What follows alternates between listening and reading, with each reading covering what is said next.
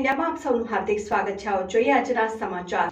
હાલ ગુજરાત સરકાર દ્વારા ધોરણ 6, 7 અને 8ના અભ્યાસક્રમમાં શ્રીમદ ભાગવત ગીતાના મૂલ્યો અને સિદ્ધાંતો શીખવાડવામાં આવશે અને જે સાબિત કરે છે કે વર્તમાન સરકાર બિનસાંપ્રદાયિક વિચારસરણી રાખવાને બદલે હિન્દુ ધર્મને મજબૂત કરવામાં વ્યસ્ત છે। જો સિદ્ધાંતો અને મૂલ્યો શીખવવાના હોય તો માત્ર એક હિન્દુ ધર્મના ગ્રંથોમાંથી નહીં પણ તમામ ધર્મોના ગ્રંથોમાંથી શીખવવા જોઈએ। એક બિનસાંપ્રદાયિક દેશમાં સરકારી શાળાઓમાં અભ્યાસક્રમમાં કોઈ એક ધર્મના સિદ્ધાંતો અને મૂલ્યોને મહત્વ આપવાને બદલે જો સમાનતાના હિતમાં અભ્યાસક્રમમાં તમામ ધર્મોના સિદ્ધાંતો અને મૂલ્યોનો સમાવેશ કરવામાં આવે તો તમામ ધર્મોની સમાનતા જળવાઈ રહેશે। ત્યારે ગતરોજ સ્વયં સૈનિક દળ દ્વારા આ વિષયે સુરેન્દ્રનગર કલેક્ટર સાહેબશ્રીને આવેદનપત્ર આપવામાં આવ્યું। Bureau chief Rathod Bharatbhai, news 7।